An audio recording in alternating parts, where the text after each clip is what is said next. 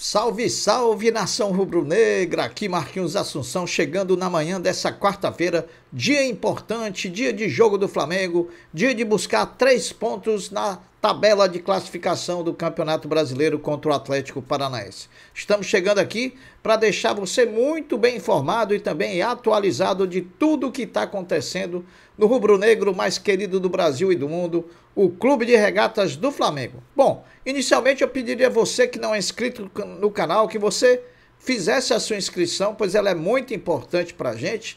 Eu queria também que você deixasse o like, que compartilhasse os conteúdos nas suas redes sociais e que também você ativasse o sininho das notificações para que o YouTube possa notificá-los de tudo que acontecer de novidade no nosso canal.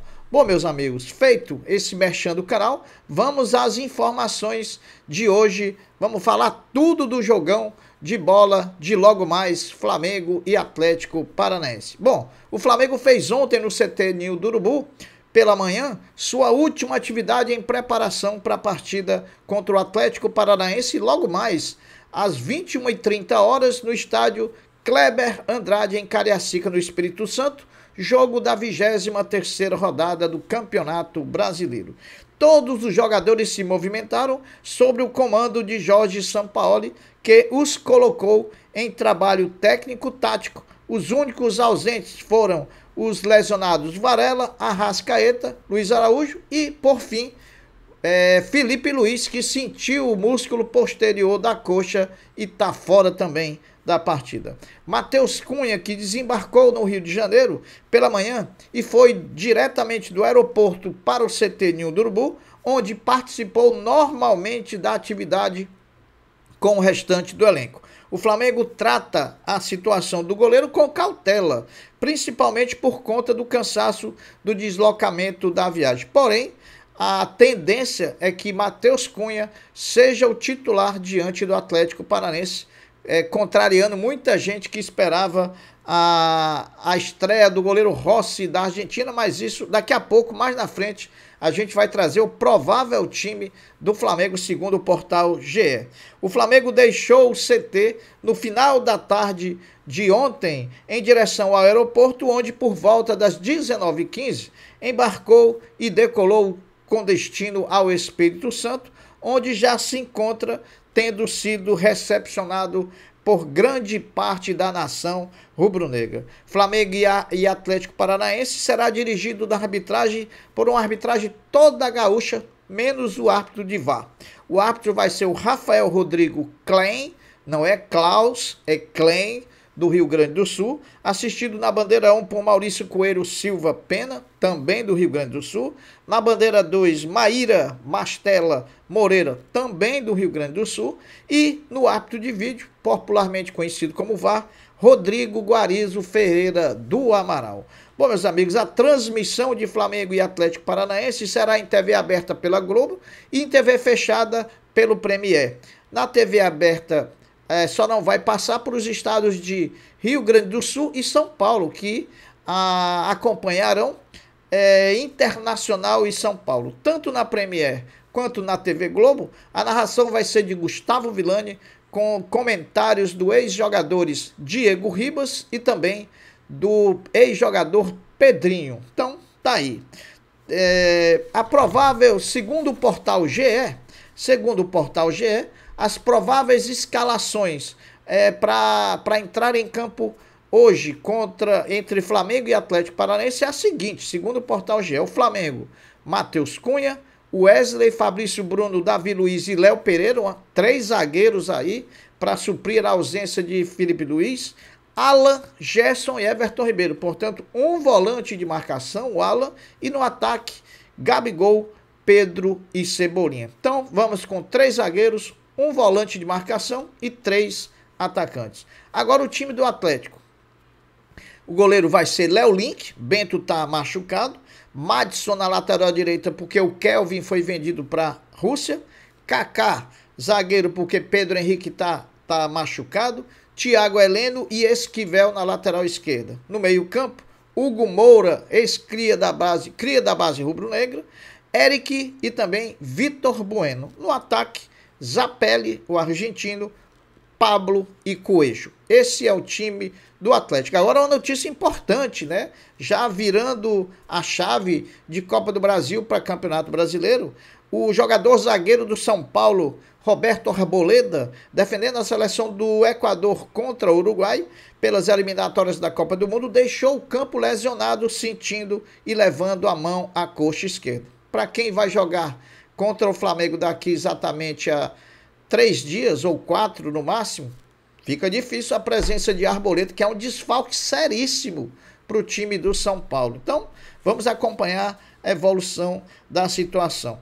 Lembrando, meus amigos, que todos os ingressos disponibilizados para a partida entre Flamengo e Atlético Paranaense no estádio Kleber Andrade de Cariacica, no Espírito Santo, foram comercializados. Ao todo, mais de 19.500 torcedores são esperados lá no estádio de Cariacica.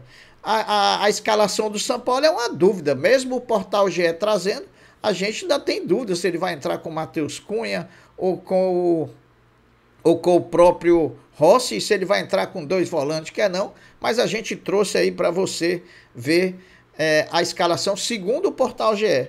Porém, nós só saberemos a escalação 1 hora antes da partida, quando for divulgada a escalação oficial.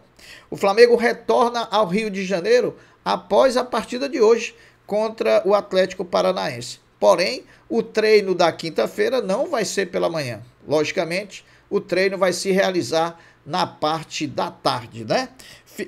Como eu disse anteriormente, Felipe Luiz está fora da partida de hoje, sofreu uma lesão no músculo posterior da coxa direito. Bom, meus amigos, analisando os jogadores pendurados por cartão amarelo para o jogo de ida das finais da Copa do Brasil de 2023, qualquer um deles que tomar um cartão no jogo de ida no próximo domingo no Maracanã, ficará fora da partida final, o jogo de volta, que será realizado no Morumbi. Pelo Flamengo estão pendurados pelo cartão amarelo 4 jogadores: Ayrton Lucas, Gabigol, Pulgar e Alan. Pelo São Paulo, Wellington, Rafinha, Rodrigo Nestor, Luan, Beraldo e Pablo Maia. Bom, o Flamengo respondeu à interpelação do Procon sobre o aumento nos preços dos ingressos para Flamengo e São Paulo pela Copa do Brasil, justificando. No documento enviado, o clube apontou o confronto como um jogo que apresenta alta demanda por ingressos e será realizada em um estádio que possui uma capacidade limitada de torcedores, né? Essa foi a justificativa, a explicação da justificativa do Flamengo. Agora vejam, nas palavras do Flamengo, como o Flamengo escreveu a justificativa para o Procon.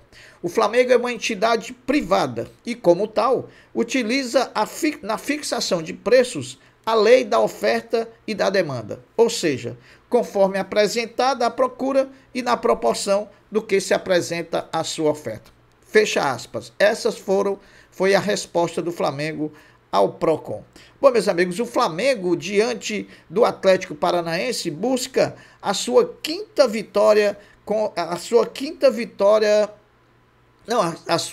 partida invicta no campeonato e a sexta, se nós contarmos Brasileiro e Copa do Brasil, se não vejamos os últimos resultados do Flamengo.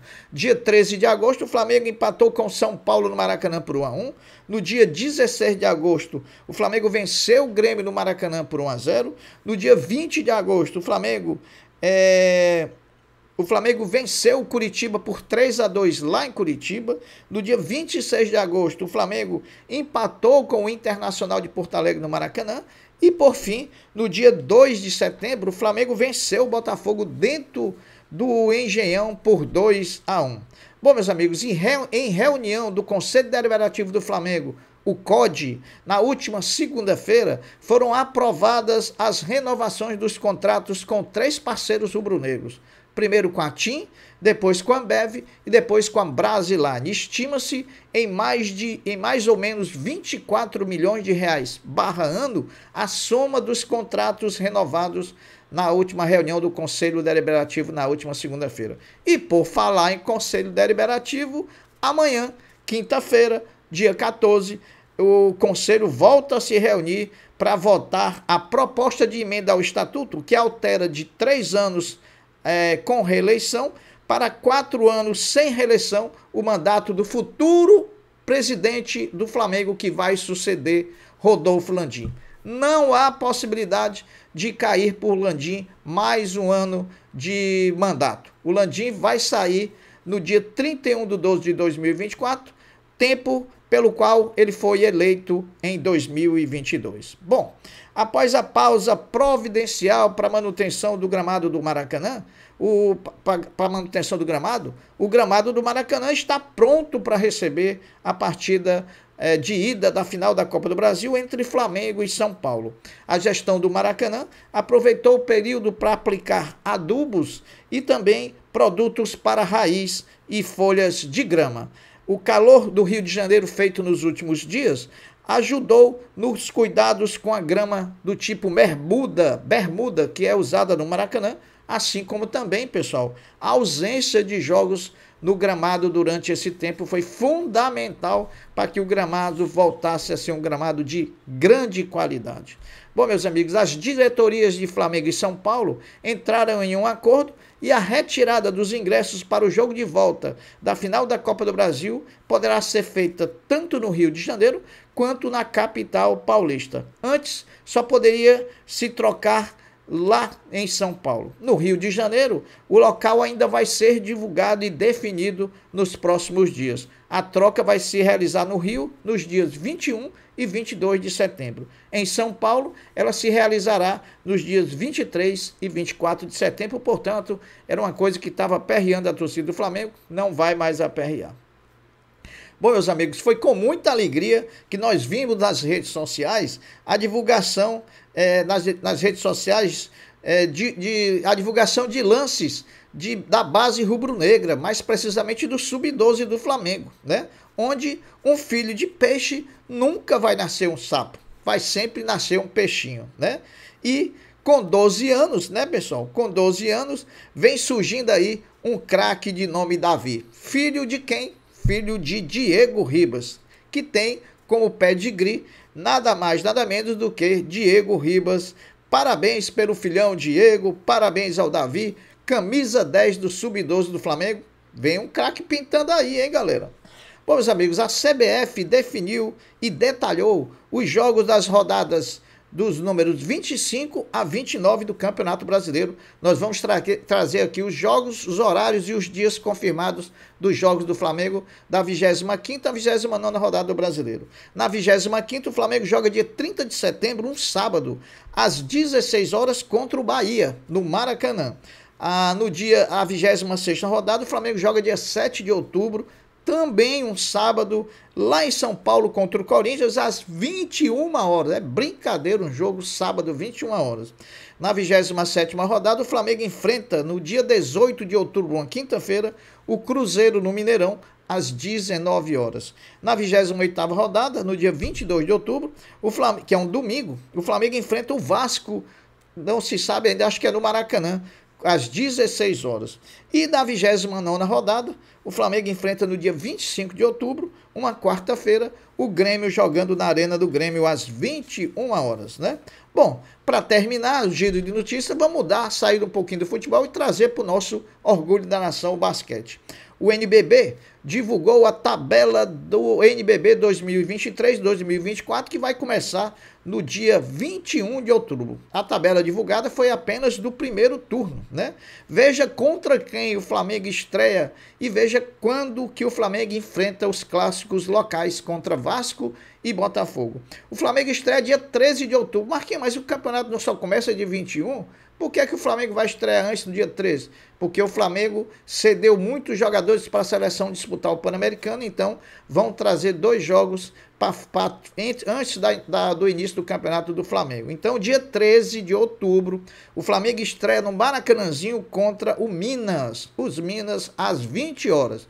Contra o Botafogo, o Flamengo joga no dia 7 de novembro, às 20 horas, também no Maracanãzinho. E contra o Vasco, o Flamengo joga no dia 9 de novembro, às 20 horas, só que no estádio de São Januário. Então, essas aí são as notícias, eu vou ficando por aqui, deixando um até breve, um até logo, dizendo fiquem todos com Deus, porque eu sempre estou com Ele. Saudações rubro-negras, fui, meus amigos.